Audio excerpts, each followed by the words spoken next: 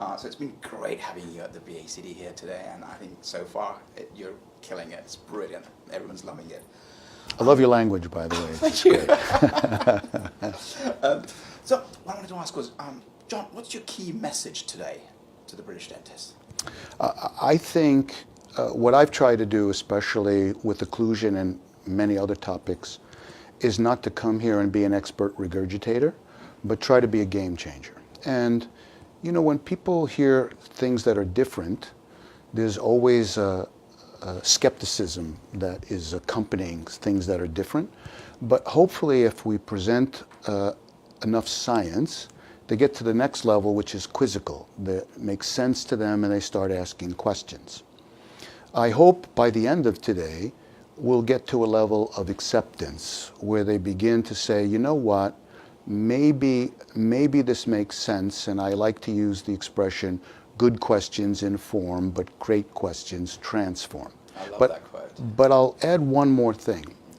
The problem with where I'll get to by the end of today, acceptance, is typically not enough, because there's another level called commitment.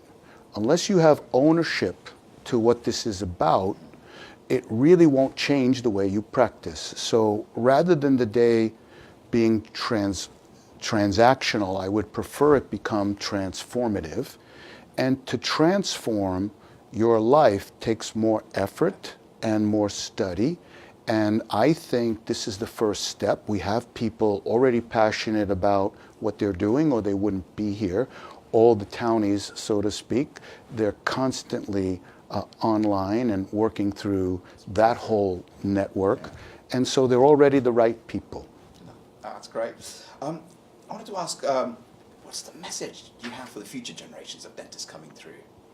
I think it's a really interesting question that's always more challenging to answer with how fast things are changing.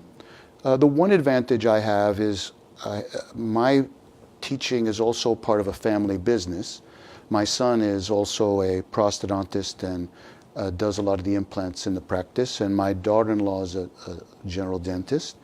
And so I have a pulse on maybe some of the younger people, and especially at the center, we have so many younger people that are out of dental school only a year or two. In fact, I have one dental student that will finish the program before she finishes dental school.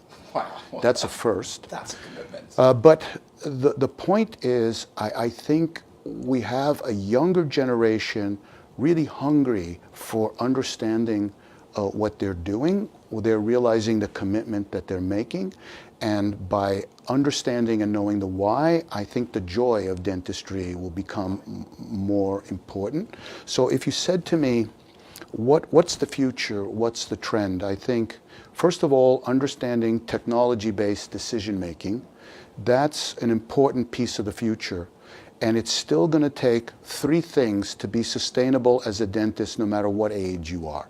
One is risk assessment and understanding different patients. That's treatment planning. Second is knowing how to put the teeth in the face. That's a facially generated treatment planning.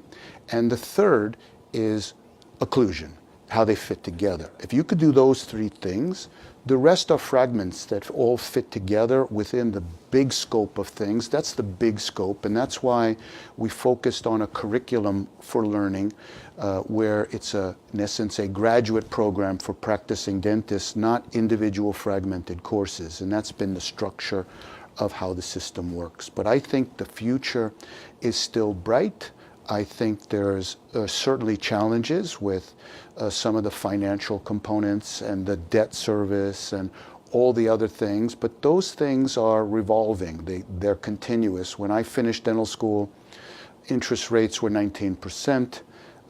My first year in practice, I did my own lab work, taught at the university. My adjusted gross income was zero.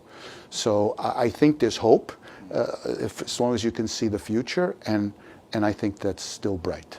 I think one of the key messages I got from this morning as well, you know, with the 3D, the scanning, and the future technologies and stuff, the most important thing that you still need is a fully adjustable brain. Yes, very good, absolutely. So we've gone to the future. So one final question. So if you could travel back in time, what would you, and met your own student self, what would you say to him? So let's go back to the past.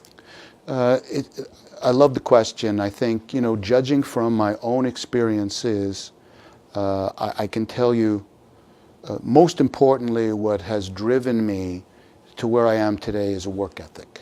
That is, without anything else, you don't get to where you are going without working hard. Certainly, as you pointed out in the beginning, knowing it's not just about the journey, it's about a destination. You have to be focused on where you want to go, or you're never going to get there. And I will say something that is a little bit not related to dentistry, but I think also important to reduce the pressure of dentistry. And that's very early in the career to make sure you hire good financial consulting people. I think to get to a point of retirement and truly be economically free and not have to be so stressed about the money part when maybe the work options are not the same as we get older, that's what was really important to me as a younger self, because as a younger self, I was in survival mode. Basically, if you breathe, I treated you. And it was a problem. It gets to be very debilitating when you're trying to do too much and just trying to survive and trying to break free of that. I would say work with people that could be your mentor. Work with people that have lived through what you're about to live through so they can share their experiences and help you. I think that's a true testament to people like yourself and people like what this academy is about and the Townie organization, is to provide help and guidance for those that really want it. My recommendation to my younger self is take that advice. John, on behalf of Dentaltown UK and BACD, thank you so much, and we're so glad you came to London. Thanks. Thank you. Thanks. Great.